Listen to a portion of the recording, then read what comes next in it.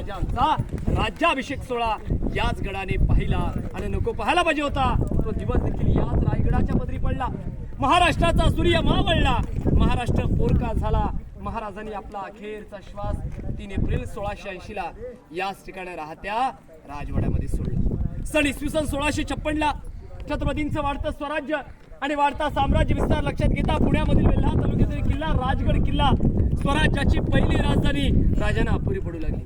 मग राजांची नजर गेली की कोकणातला एक डोंगर रायरी नावाचा तर आपला रायगड राजधानीच्या दृष्टीने अतिशय महत्वाचा किल्ला. पाहत हा किल्ला जावळीचे चंद्रा मोरे यांच्या ताब्यामध्ये असणारा किल्ला. राजाने प्रेमाने पत्र पाठवलं मोऱ्यांना की मोरे तुम्ही आमच्या स्वराज्यामध्ये येऊन सामील व्हा. पण म्हणतात ना की मोरे फार उर्मट. राजाला त्या पत्राचा उलट जबाब देण्यात आला की स्वतःच राजे म्हणून घेणारे आपण कोण? या जावळी प्रांताचे खरे राजे आम्ही आहोत. याल जावळी तर जाल गवळी, अन्यथा दारूचा तोफखाना तुमच्यासाठी सज्ज आहे. मोऱ्यांनी राजाने युद्धाचं आव्हान दिलं, युद्धाचं चॅलेंज दिलं. मग काय 15 मे 1656 ला अवघ्या 150 मावळ्यांनी जावळीवर आक्रमण केलं. जावळीच्या चंद्रा मोरेंचे भाऊ हनुमंतराव मोरे मारले गेले. भावाचा मृतदेह पाहून जावळीचे चंद्रा मोरे महाराजांना शरण आले. गडमराड्यांच्या गडशिवरायांच्या ताब्यात आला. रायगडाचं भाग्य उजळलं. रायगड हिंदवी स्वराज्याची दुसरी राजधानी म्हणून राजे रायगडाच्या पायथ्याशी आले. राजाने रायगड पाहिला. रायगडाने राजांना पाहता क्षणी या रायगडाबद्दल राजांच्या तोंडून काही उद्गारवाचक शब्द बाहेर पडले. ते बकरकाने बकरीमध्ये नोंद करून ठेवले. ते उद्गारवाचक शब्द असेत की राजा खास येता गड पाहता गड बहुत चकोट, चौथरपा दगडांचे कडे ताशिल्याप्रमाणे गाव दीडगाव उंच, पर्जन्यकाली या कड्याला साधं गवत रुजत नाही. धोंडा ताशी एकच आहे. दौलताबाद हा पृथ्वीवरचा चकोडगड खरा, परंतु तो उंचीने थोडका. दौलताबाद पेक्षा रायरी तशी गुणी उंच. ऐसे देखून राजे संतुष्ट झाले आणि बोलिले की तख्तासी जागा हाच गड करावा. तख्त म्हणजे सिंहासन. सिंहासन म्हटलं राजधानीसाठी महाराजांनी रायगडाची निवड केली. प्रश्न इथंच पडतो आपल्याला की रायगडच बरं राजधानीसाठी का? अनेक गडकिल्ले असताना तर रायगड खऱ्या अर्थाने कोकणामध्ये वसलेला किल्ला. आता कोकणामध्ये वसला असल्या दर्या किनाऱ्याजवळ समुद्रावर नियंत्रण ठेवण्यात येतं. आपल्याला माहितीच असेल की आज इंडियन नेव्ही छत्रपती श्री शिवरायांना god of father of Indian navy म्हटलं जातं. म्हणजे दर्यावर रक्षण कसं करायचं तर ते आपल्या राजांनी 400 वर्षापूर्वी शिकवलं. शिवाय रायगडाला एक भौगोलिक स्थान प्राप्त झाले. त्या रायगडाला चारी बाजूने सह्याद्रीच्या रांगाने वेढलेलं आहे. परंतु आश्चर्याची गोष्ट अशी आहे का कुठली सह्याद्रीची रांग या रायगडाला अटॅच झाली नाही, टच झाली नाही. रायगड हा शिवलिंगासारखा आहे. रायगड हा कमळाच्या कळीसारखा आहे. स्वतंत्र किल्ला आहे, स्वतंत्र डोंगर आहे. शिवाय पावसाळ्यामध्ये काळ सावित्री गांधारी 3 नद्याने रायगडाला वेढलेलं आहे. रायगडाची समुद्र सपाटीपासूनची उंची ही 2851 फूट आहे. जे काही पायथ्यापासून वरती आलात हे 1350 फूट 870 मीटरवरती आपण उभे आहोत. रायगडाला काही शिवभक्त असेल की पूर्ण खालून प्रदक्षिणा देखील मारली जाते. ही पूर्ण प्रदक्षिणा 16 किलोमीटरची पूर्ण प्रदक्षिणा. रायगड जो वरती पसरलाय 1200 एकर मध्ये पसरलाय. 100 एकर मध्ये फक्त वास्तू आहेत, इमारती. रायगडाला तुम्ही ज्या पायी चढून 2000 पायऱ्या 3.5 किलोमीटरचं अंतर 1.5-2 तास लागले वरती येण्याकरता. 1996 सुरू झालेला प्रकल्प पुण्यामधील जोग कंपनीच्या साहाय्याने केवळ 4 मिनिटांमध्ये गडावरती येतो. 128 पायऱ्या चढून झाल्यानंतर ज्या दरवाजाच्या समोर उभे आहोत हा आहे मेना दरवाजा. मेन नाही, मेन तुम्हाला येताना लागला तो महादरवाजा, महाबलकड दरवाजा, तो गडाचा मेन दरवाजा.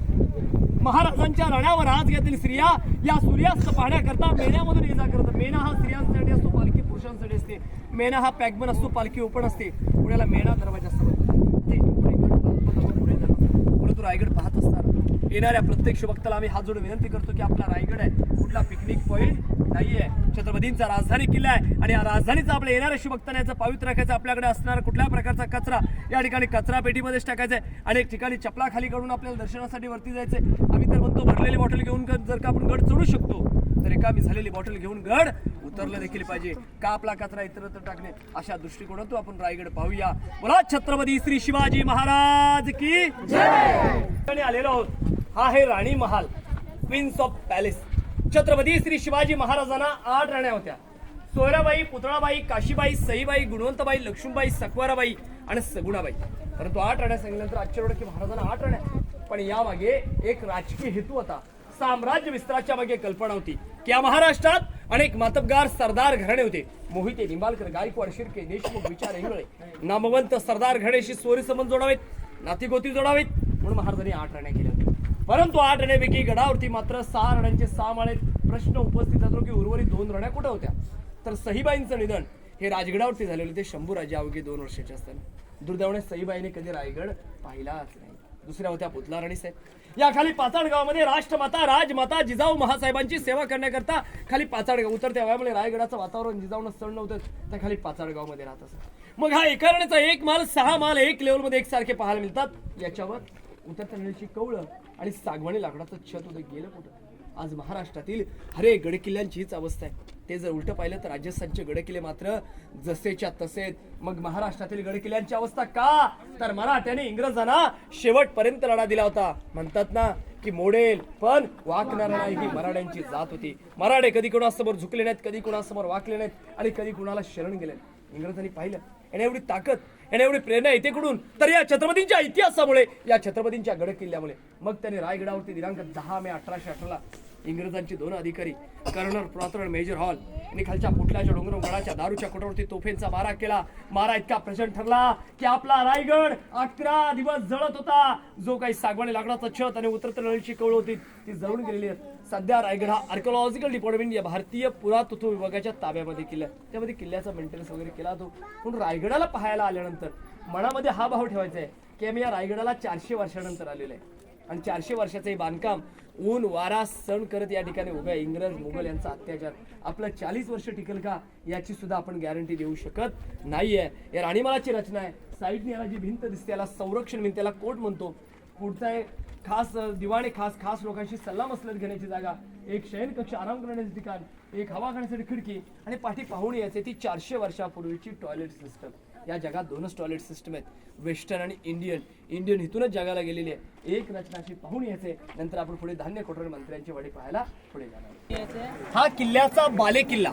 आता बालेकिल्ला म्हणजे काय, तर गडातील सर्वात उंचचं ठिकाण, सर्वात महत्वाचं ठिकाण.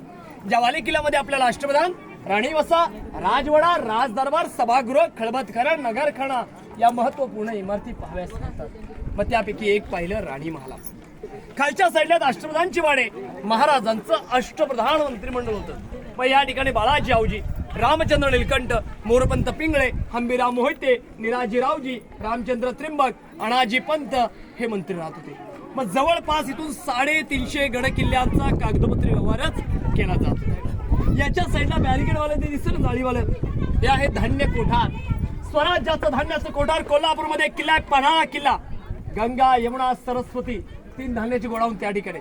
स्वराज्यावरती काही संकट आलं का तिथून धान्य स्वराज्यावर पाठवलं जायचं. पण समजा यदा कदाचित शत्रूने रायगडाला तह घातला, रायगडाला वेढा घातला, तर तिथून आलेलं धान्य गडावर येऊ शकत नाही. मग अशा प्रसंगाला एक रिझर्व्ह इमर्जन्सीसाठी हा धान्य साठा वापरला जायचा. एक 22 फूट खोल आहे, एक 20 फूट खोल आहे आणि एक 15 फूट खाली खोल आहे. वर्षभर पुरेल असा धान्य साठा इथं स्टोअर केला जायचा. हा जो चौथरा दिसतो हा हे दासी वाटा, नोकर चाकर राहण्याची जागा. राहण्याचे जे दास अशी नोकर चाकर वर्ग होता तो या ठिकाणी राहत होता.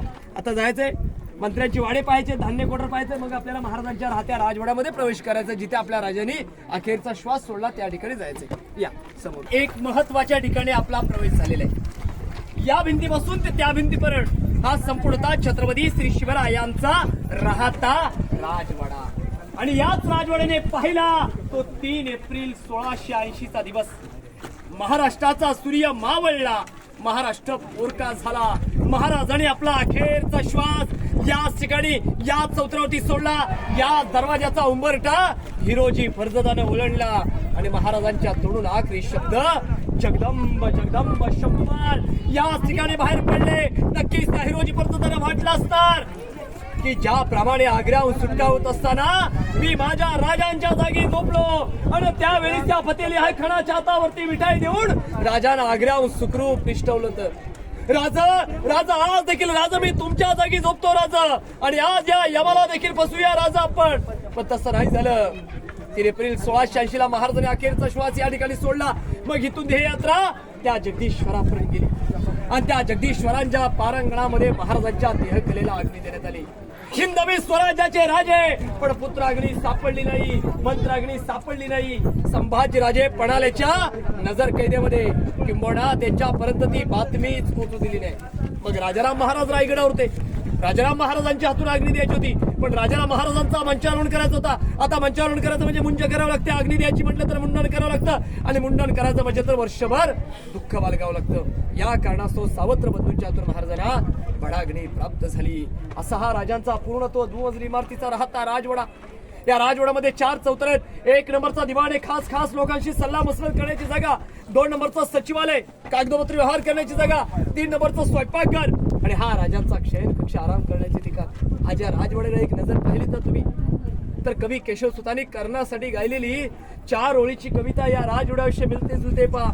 क्या नाम विरा जिथे झाला तुझा जीवनांतर, अरे स्तंभ तेथे ना कोणी बांधिला, ना पेटली ना वात या धगधगत्या या स्वराज्या या साम्राज्या काठी. प्रणाम माझा तुला मृत्युंजय वीरा, तुला मृत्युंजय वीरा. आज येणारा शिवभक्त इथली माती सुद्धा आपल्या कपाळाला लावली जाते. म्हणून म्हटलं तर की रायगडावर खडे पसरले शिवरायांच्या पायी, हीच माणिक मोती दुसरी धनदौलत नाही, दुसरी धनदौलत नाही. बोला पुण्यश्लोक शिव छत्रपती श्री शिवाजी महाराज की जय. आता पहा, या ठिकाणी एक पिण्याचं पाण्याचं टाक आहे. एक भलं मोठं तळ आपण तुम्हाला गंगासागर म्हणून, तिथून कावडीने पाणी आणून यामध्ये टाकलं जायचं. डाव्या हाताला दिसतं ते स्नानगृह बाटप आहे, आणि समोर एक दरवाजा दिसतो, रस्ता अवजड आहे. आपण त्या साईडने पाहणार आहोत. त्याच्या पलीकडे तिकडे टांगसाल मिंट, स्वतःची करन्सी, कॉइन्स, नाणी, शिवराय, सुवर्ण होऊन आणि अष्टकोणाची राजमुद्रा ती या राजधानी रायगडावर घडवली जात होती. काय कोरलेल्या राजमुद्रेवरती प्रत्येकाला वाचता आलं पाहिजे, प्रत्येकाला समजलं पाहिजे की काय कोरलंय. की प्रतिपचंद्र लेखे व वर्धिष्ठ विष्णू वंदिता शानो शिवश्रेषाश्री मुद्रा भद्राय राजते. याचा अर्थ असा की प्रतिभेच्या कोरीच्या चंद्राप्रमाणे दिवसेंदिवस वाढत जाणार राज्य, शहाजी पुत्र श्री शिवरायांचं राज्य, आणि त्यांची ही राजमुद्रा जनतेच्या कल्याणासाठी, जनतेच्या भल्यासाठी आज राज्याभिषेकाच्या दिवशी प्रसारित होते. पण कधी विचार केलात का, तुम्हाला मंत्री किती सांगितले मी? राण्या किती सांगितल्या? राजमुद्रा किती कोणाची? अष्टकोणाची. महाराजांचं सिंहासन किती कोणाचं आहे? अष्टकोणाचं. रायगडाचं वातावरण क्लिअर असेल तेव्हा आपण सांगितलं होतं की गड किल्ले दिसतात 8, आणि पाहिलं तर समाधी देखील आहे अष्टकोणाची. जी गडाची गडदैवत आहे शिरकाई देवी, ती देखील आहे अष्टभुजा. म्हणजे 8 अंक राजांसाठी शुभ होता. अनेक ठिकाणी आपल्याला 8-8 सगळा पाहायला मिळतो. शिवरायांचा जन्म कुठल्या किल्ल्यावर झाला? आणि शिवरायांचं देहवासन कुठल्या किल्ल्यावर झालं? म्हणून रायगडाचे 2, शिवनेरीचे 2 शब्द घ्या, आणि रायगडाचे 2 शब्द घ्या. काय तयार झालं बघा? शिवराय तयार झाला बघा. जन्म आणि मृत्यूच्या जागेवरती राजांचं नाव दडलेलं आहे. उलटा शब्द वाचला तर जीवाशी होतं. आयुष्यभर जे जीवाशी केले त्यांना छत्रपती श्री शिवाजी राजे म्हटलं जातं. बोला छत्रपती श्री शिवाजी महाराज की जय.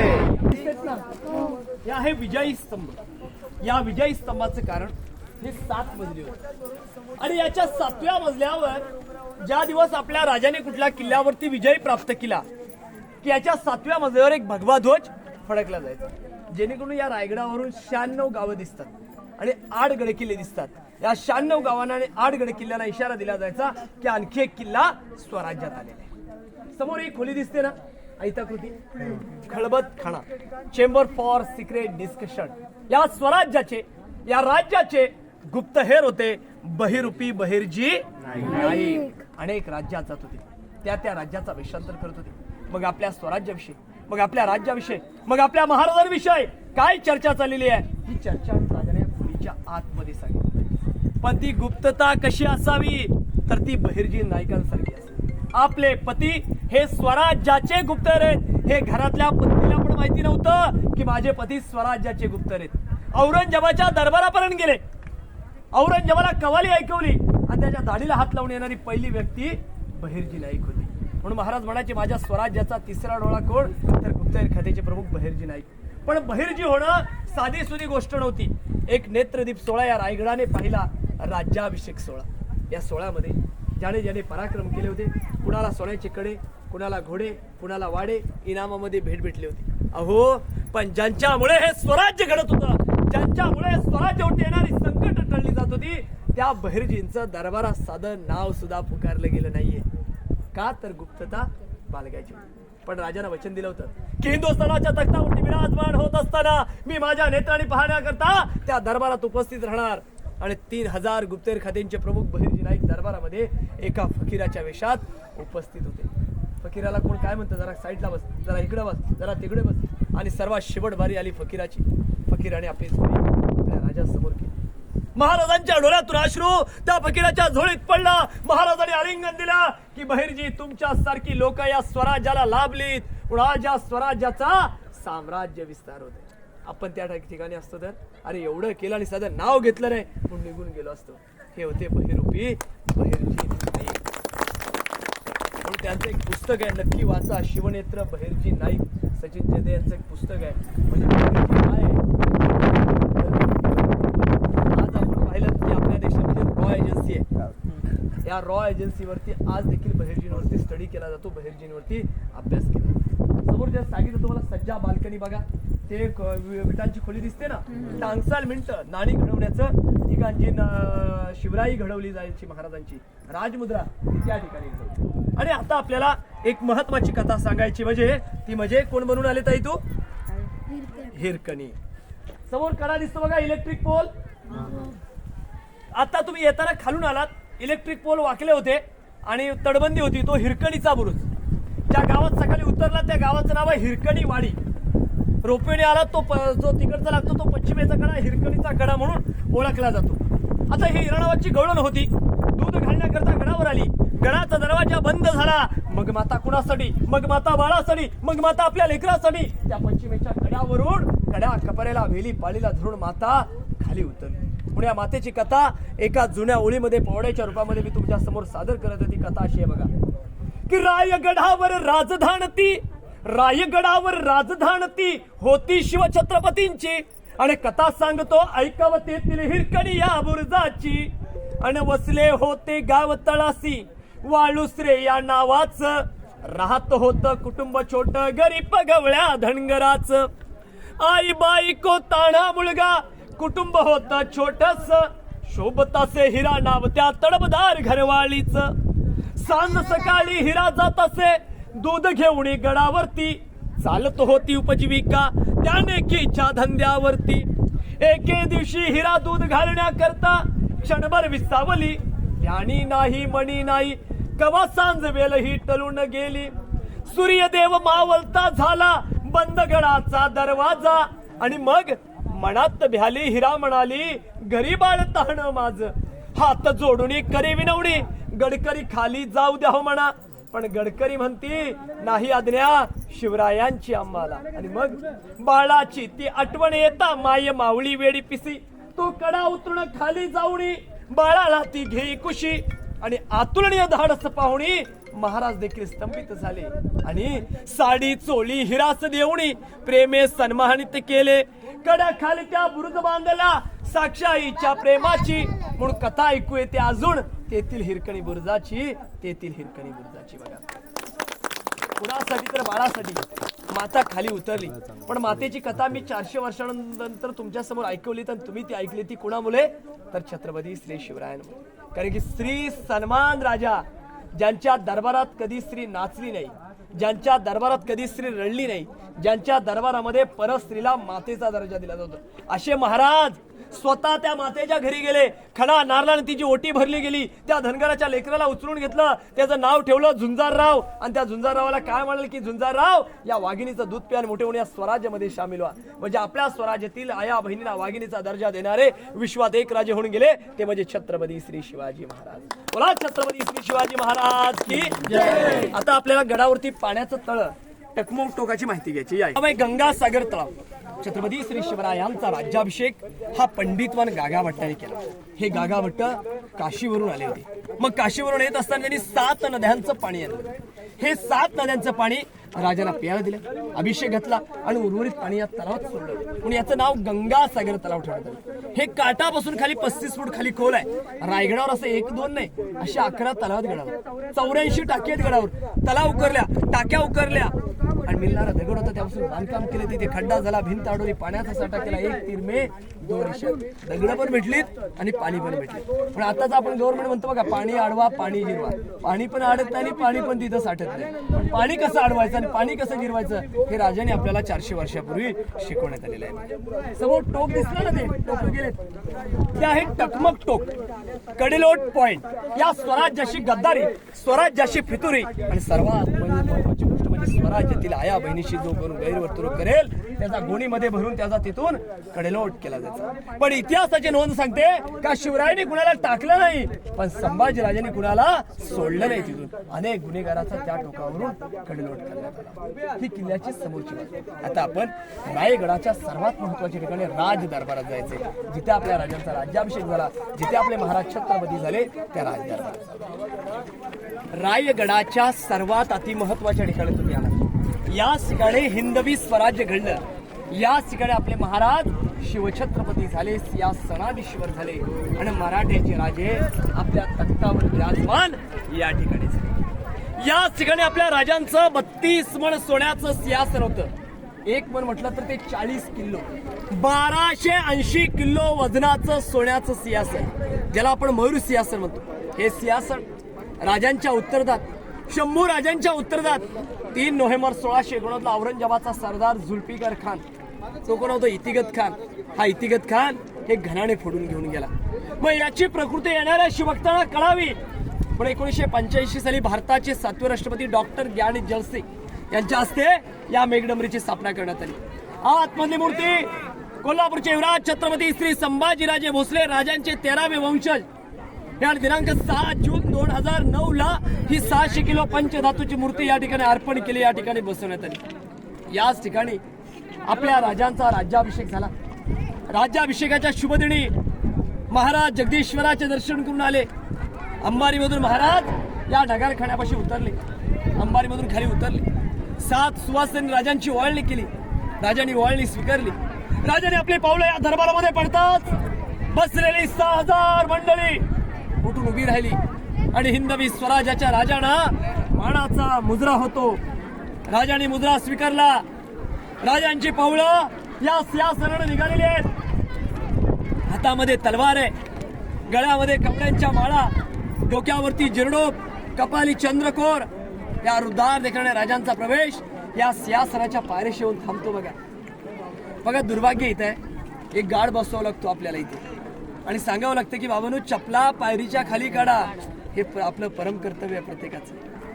रायगडाच्या पायरीचा नव्हे, रायगडाच्या एक एक खड्याचा इतिहास आहे. महाराज सिंहासनाची ती पहिली पायरी चढले. नजर त्यांची 32 मणाच्या सोन्याच्या सिंहासनावर पडली. नजर भरलेल्या रयतेवर पडली. नजर तानाजी मालुसरेंच्या वीरपत्नीवर पडली. आणि आऊसाहेबांना महाराज काय म्हणाले की आऊसाहेब, आज या स्वराज्याची पहिली पायरी चढत असताच आम्हास आमचे मावळे आठवतात. या स्वराज्यासाठी बलिदान दिलेल्या हर एक मावळ्याची राजांना आठवण झाली. का या आनंदाच्या क्षणाला आज त्यातला एकही मावळा या दरबारामध्ये उपस्थित नव्हता. राजांचा अंतकर्ण भरून आलं. राजांची पावलं लटकटायला लागली. स्वराज्याची दुसरी पायरी चढत असताना राजांना तानाजी मालुसरेंची आठवण होते की राजा आधी लगीन त्या कोणाण्याचं, मग माझ्या रायबाचा असा म्हणणारा माझा ताणा बालपणीचा सवंगडी आज या दरबारात उपस्थित नाहीये. या हिंदवी स्वराज्याच्या निर्मितीसाठी त्यांनी आपल्या प्राणाचं बलिदान दिलं. म्हणून हिंदवी स्वराज्याच्या दुसऱ्या पायरीचं नाव तानाजी मालुसरे. आणि स्वराज्याची तिसरी पायरी चढत असताना राजांना बाजी प्रभू देशपांडेंची आठवण होते. महाराज आपण जाणे खिंडावी जातील लढतो राजे, लाख मेले तरी चालतील, पण या लाखाचा पोशिंदा जगला पाहिजे राजा. जोपर्यंत या भाजीच्या शरीरामध्ये अखेरचा श्वास शिल्लक राहील, एकही गणिम ही घोर खिंड चढून देणार नाही राजा. आपण विशाल गडावरती पोहोचा राजा. आणि त्या विशाल गडावरती पोहोचल्यानंतर 2 तोफेचे आवाज द्या. तोपर्यंत बाजी लढेल आणि तोपर्यंत बाजी लढला आणि स्वराज्यासाठी बाजी त्या ठिकाणी धारा तीर्थ पडेला. धारा तीर्थ स्वराज्याची 4थी पायरी चढत असताना राजाला सर सेनापती प्रतापराव गुजरांची आठवण होते. बहिलोल खानाला अभयदान दिलं प्रतापरावांनी. बातमी राजांच्या कानावरती कळाली की प्रतापरावांनी बहिलोल खानाला अभयदान दिलं. राजाने पत्र पाठवलं प्रतापरावांना, प्रतापराव आम्ही तर तुम्हाला सरसेनापती म्हणून पाठवलं होतं, पण तुम्ही तर तिथं पाटीलकी निभवलीत. हा अभयदान दिलेला बहिलोल खान पुन्हा स्वराज्यावरती चाल करून येणार आणि तसंच घडलं. अभयदान दिलेला बहिलोल खान 15,000ची सैन्य घेऊन पुन्हा स्वराज्यावरती चाल करून आला. बातमी प्रतापरावांना कळाली. अरे माझ्या राजाने तर खरंच सांगितलं होतं. मग काय, वेळात मराठे वीर दौडले 7, 15,000 विरुद्ध 7 जणांची लढाई झाली. एका एकाने 300 जणांना मारलं गेलं आणि स्वराज्याचा सरसेनापती राज्याभिषेकाला अवघे 2 महिने शिल्लक असताना त्या नेसरीच्या खिंडीमध्ये धारा तीर्थ पडले. आणि स्वराज्याची ती 5वी पायरी चढत असताना राजाला मुरारबाजी देशपांडेंची आठवते की पुरंदराच्या लढाईमध्ये शरीरापासून अख्खा मुंडका अलग झालं तरी दोन्ही हाताने तलवार घेऊन लढणारे माझे मुरारबाजी देशपांडे. शत्रूने पाहिल्यानंतर शत्रू काय मनाला दिले का, या अल्लाह या आदमी हा सैतान है. बिना मुंडक्याचे लढत होते स्वराज्यासाठी आणि स्वराज्याची ती 6वी पायरी चढत असताना राजांना शिवा काशीदांची आठवण होते. राज जन्माला जरी मी आज शिवा काशीद म्हणून आलो असेल पण मरताना या शरीरावर छत्रपती श्री शिवरायांचे मस्तक घालून मरेल यापेक्षा मृत्यू काय असणार आहे. म्हणून हसत हसत मृत्यूच्या दारामध्ये जाणारा माझा शिवा काशीद बाजी पासलकर या स्वराज्यासाठी बलिदान दिलेल्या हर एक मावळ्याची, हर एक योद्ध्याची, हर एक सरदाराची आठवण झाली. अंतकर्ण भरून आलं. लटकत्या पालवाने महाराज 32 वनाच्या सिंहासनावरती विराजमान झाले. गागा भट्टाने आणलेल्या 7 नद्यांचा राजाला अभिषेक घातला. तो मोरपंताने राजांवरती सुवर्ण होण्याचा अभिषेक केला. महादरवाजामध्ये 21 तोफांची ललकारी झाली. या महाराष्ट्राच्या गड किल्ल्यांवरती नव्हे अनेक गाववाड्यामध्ये कळलं का हिंदवी स्वराज्याचा पालनहार राजधानी रायगडावरती शिवछत्रपती झाले. आणि मग दरबारामध्ये ललकारी घडते की महाराज प्रौढ प्रताप पुरंदर क्षत्रिय कुलवंश सिंहासनाधीश्वर महाराजाधिराज राजेश्व छत्रपती श्री शिवाजी महाराज की जय. हर हर महादेव. अशा तऱ्हेने राजांचा राज्याभिषेक सोहळा या राज दरबारामध्ये संपन्न झाला. म्हणून म्हणतात की झुकल्या वाकल्या गर्विष्ठ म्हणा या शिवमंदिरी, या शिवमंदिरी. जीवनात आला तर एकदा तरी रायगडी येणं भाग आहे. राज्याभिषेकाचं छायाचित्र प्रत्येक मराठी माणसाच्या, प्रत्येक हिंदूच्या घरामध्ये असलंच पाहिजे. त्यामध्ये अभिमानाची गोष्ट दिसते की एक इंग्रज वकील आपली टोपी काढून राजांना मानाचा मुजरा करताना दिसतो. पहिला इंग्रज जो मराठी राजासमोर झुकला, वाकला आणि मानाचा मुजरा केला. प्रश्न पडला त्याला की मी तर 2 पायाचा मनुष्य, माझी गडावर येताना दमचाक झाली, तुम्ही पण पायी आलात ना, मग त्या रस्त्याने हत्ती गडावर येऊ शकतात का. पण महाराजांनी हत्ती आणले. काय केलं हत्ती, कसे काय आणले, त्या हत्तींची पिल्लं ही पालखीमध्ये अगोदरच गडावर आणली, त्यांचं पालन पोषण केलं आणि मोठे करून त्यांचा राज्याभिषेकासाठी उपयोग केला. राजांची दूरदृष्टी की लहानाचं मोठं होतं का मोठ्याचं लहान होतं. अशा प्रकारे हत्ती गडावर आणली. याला म्हणतात दूरदृष्टी, याला म्हणतात गणिमी कावा. म्हणून म्हटलं होतं की कणभर मराठे मनभर मुघलाला भारी पडले. औरंगजेब या महाराष्ट्राच्या मातीत दफन झाला का दिल्लीमध्ये दफन झाला, नाही महाराष्ट्राच्या मातीत मध्ये. पण मरता मरता काय म्हणाला होता की जब तक उन मराठों पर मैं अपना मोगरिया परचम नहीं लहराऊंगा तब तक मैं या बादशाही पगडी पहनूंगा नाही. म्हणून बादशाही पगडीचा त्याग करून आलेला औरंगजेब परत दिल्लीमध्ये बादशाही पगडी घाला गेला नाही. खुलताबाद संभाजीनगर मध्ये दफन झाला. पण मरता मरता काय म्हणाला, ए मेरी बेगम तूने उस शंभू जैसी एक भी औलाद मेरे जलील खाने में पैदा की होती तो आज ये दक्कन तो क्या पूरी दुनिया पे मैं राज करता. क्योंकि शेर शिवाजी के थे छावे महापराक्रमी परम प्रतापी केवल और केवल एकही शंभू राजे थे. म्हणून आपण त्याला काय म्हणतो की वाघाच्या जबड्यात घालून हात मोजीन दात ही जात आमची मराठ्यांची. अरे विश्वास नसेल बसेल तर पहा चालून पाहणे आमच्या इतिहासाची.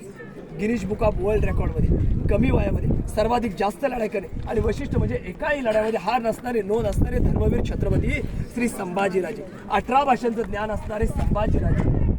14व्या वर्षी बुद्धभूषण नावाचा संस्कृतमध्ये ग्रंथ लिहिणारे संभाजीराजे.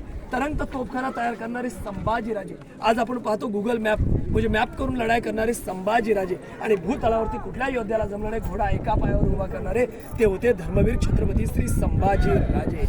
वय मिळाला अवघा 32 वर्ष.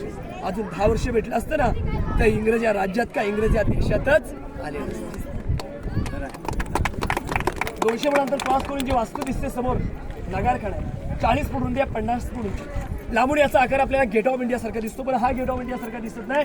गेट ऑफ इंडिया इंग्रज आले, प्रकृती चोरली आणि मुंबईमध्ये जाऊन गेट ऑफ इंडियाची निर्मिती. शिवाजी महाराजांच्या काळामध्ये स्पीकर लाईट माईक काय होतं का, पण असं काही वास्तुशास्त्र होतं की दरबारामध्ये काही खुशबू झाली थेटली राजाला कळायची. महाराज काय बोलत ते प्रजाला ऐकलं. पण तुम्ही आज एकदम गर्दीच्या दिवसाला तो ध्वनी चमत्कार आजही या ठिकाणी घडतो. तिथून टिचकी वाजवली, तिथून जरी कागद पडला तर तो आवाज इथपर्यंत ऐकायला, तर इथून काय बोललं तर तिथपर्यंत ऐकायला. ध्वनी चमत्कार आहे. पण या गर्दीमध्ये तो प्रयोग करता येत नाही. आता सर्वांनी चपला इथे काढा, तिथे जायचंय, मानाचा मुजरा करायचा आहे आणि परत आपल्याला पाठी. भुयारी गटर म्हणतो त्याला. बाले किल्ल्यामध्ये जर का पाणी जास्त झालं तर ते पाणी या मार्गातून बाहेर पडतं. आज भाग्य असं की 400 वर्षाची गटर लाईन आपल्याला काम करताना दिसते, पण आपली कुणाला 4 वर्षानंतर दिसत नाही. समोर राजांची सिंहासनाधीश्वर मूर्ती आहे. सुरुवातीला ही राजांची मूर्ती आतमधील मेघडंबरीमध्ये बसवण्याच्या दृष्टीने तयार केली होती, परंतु मूर्तीमध्ये काही चुका झाल्या म्हणून मूर्ती या ठिकाणी बसवण्यात आली. चुका कोणत्या की महाराज सिंहासनावरती बसलेले आहेत आणि राजांच्या पायामध्ये ते जोडे आहेत. राजे सिंहासनावरती बसताना पायामध्ये जोडे घालून बसत नव्हते, आणि हे सिंहासन माझ्या रयतेच्या कल्याणासाठी, जनतेच्या भल्यासाठी आहे, म्हणून ही मूर्तीमध्ये पायामध्ये जोडे आहेत म्हणून मूर्ती या ठिकाणी बसवण्यात आली. चूक झाली म्हणून. समोर लांब लचक आहे बाजारपेठ, जी 800 फूट लांबी आहे, 40 फूट रुंदी आणि 22 जुने 44 दुकान आहेत. हाईट उंच आहे, पायऱ्या आतमध्ये. याचं कारण की तो घोड्यावर बसून बाजार केला जायचा. आगे दुकान पिछे मकान, अशी या बाजारपेठेची निर्मिती. आता याच राजमार्गामधून तुम्हाला दर्शन घ्यायला तिकडे जायचं. ते आहे वाडेश्वराचं, जगदीश्वराचं, शंकराचं, महादेवाचं मंदिर. पण त्या मंदिराचा लांबूड आकार हा पूर्ण मस्जिद सारखा दिसतो बघा. महाराजांना माहित होतं की आपल्या उत्तरतट गडावरती मुघल लोकांना आपल्या मंदिराचा नासधूस करणार, म्हणून त्याला जाणून बुजून मस्जिदचा आकार दिला. मुघल आले, मस्जिद वाढले, नमस्कार पाडले, निघून गेले. मग इंग्रजांकडून मंदिर कसं काय वाचलं तर एकमेव वास्तू ज्याच्यामध्ये काही लाकडाचा वापरच केला नाही, आग लागायचा प्रश्न. मंदिराच्या पुढे एक पायरी आहे, पायरीवर नाव आहे सेवेचे ठाई तत्पर हिरोजी इंदुलकर. या गडाचे बांधकाम प्रमुख हिरोजी इंदुलकर. 14 वर्ष लागलीत रायगड घडवायला. स्वतःचं घर, दार, जागा, जमिना, वाडा विकल्या आणि स्वर्गाहून सुंदर रायगड तयार केला. राजा आले, राजाने विचारलं त्यांना की बोला काय इनाम पाहिजे तुम्हाला. राजा असं काही नको, या मंदिराला येत असताना तुमचा चरणस्पर्श पडेल, चरणाची धूल माझ्या मस्तकावर पडेल, अशा ठिकाणी फक्त नाव कोराची अनुमती द्या. व तिथे नाव कोरलंय सेवेचे ठाई तत्पर हिरोजी इंदुलकर. सफेद घुमटवाला दिसतं ती आपल्या राजांची समाधी. जीवनात आलेल्या प्रत्येक मनुष्याने एकदा तरी रायगड वारी करावी. पण लोकांचं काय असतं, मला 4 धाम करायचे, 12 ज्योतिर्लिंग करायचे, अष्टविनायक यात्रा करायची, जेजुरी करायची, पंढरपूर करायची. सर्व करा, पण एक दिवस स्मरण करा की ज्या वाऱ्या, जे देव पूजले ते कुणामुळे, छत्रपतींच्या. पण अनेकांसाठी 12 ज्योतिर्लिंग असतील, आपल्यासाठी 13वं ज्योतिर्लिंग म्हणजे आपला रायगड किल्ला. आणि रायगड किल्ल्यावरील छत्रपतींची समाधी आहे, ती कधी विसरून चालतात. समाधीच्या मागे तिथे वाघ्या कुत्र्याची समाधी, पण वाघ्यावरून वाद चालू आहे. वाद आता कोर्टात गेलाय, कोर्ट निकाल देईल की नक्की वाघ्या कुत्रा होता की नव्हता. आपण ते एवढेच म्हणूया की अंधार झाला एक दिवा पाहिजे, या महाराष्ट्रालाच नव्हे तर अखंड हिंदुस्थानाला पुन्हा एकदा जिजाऊ पुत्र श्री शिवराय पाहिजे. छत्रपती श्री शिवाजी महाराज की जय.